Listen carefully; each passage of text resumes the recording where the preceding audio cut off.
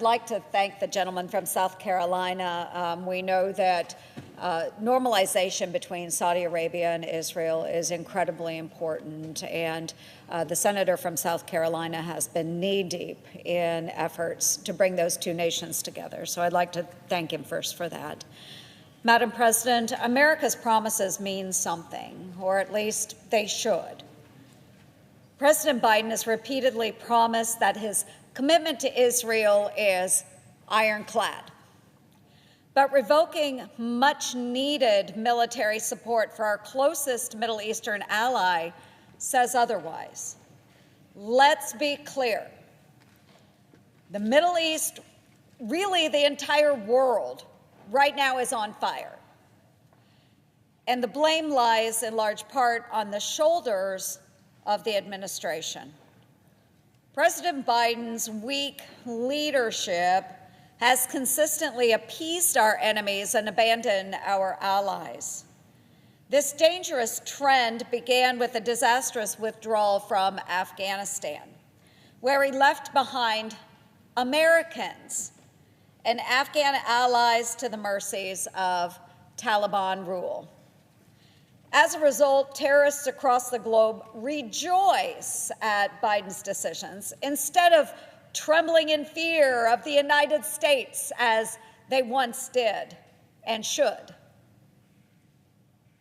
2 weeks ago, I returned from Israel, where I advocated for the release of American hostages held captive by Iran-backed Hamas.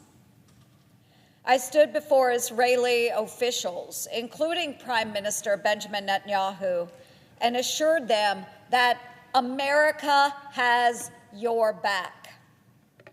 Yet as my words were still reverberating, the Biden administration sent a far different, far more damaging message to our ally. We're withholding key munitions. Unbelievable and unconscionable. And let's not miss that the very weapons that President Biden is withholding include kits that will convert bombs into precision-guided weapons.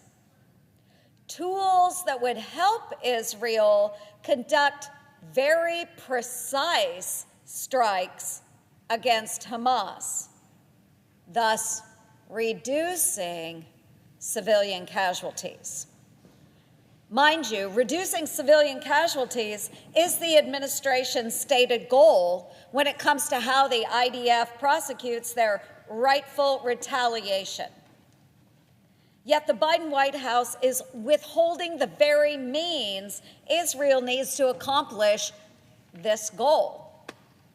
It is total hypocrisy, folks. As Prime Minister Netanyahu said to me and to the world, the U.S. withholding these precision-guided capabilities will not stop Israel from defending itself. But make no mistake, Biden's decision will make it harder for Israel to avoid civilian deaths. This, my friends, is a very, very grim reality. In April, Congress, with my help, stood firmly with our ally by approving critical weapons support for Israel. Leading up to the passage of this bill, President Biden himself declared the aid to Israel was critical and called for, quote, swift and decisive action, end quote, to ensure Israel had everything it needed to defend itself. Yet now, when it is his time to act, Biden fails to do so. Since October 7th, Israel has faced existential Iran-backed threats on every side. In the Gaza Strip, Hamas terrorists continue to attack our friend and hold dozens of hostages including Americans, our American 8. Hezbollah forces continue to bomb northern Israel, forcing the evacuation of 60,000 Israelis.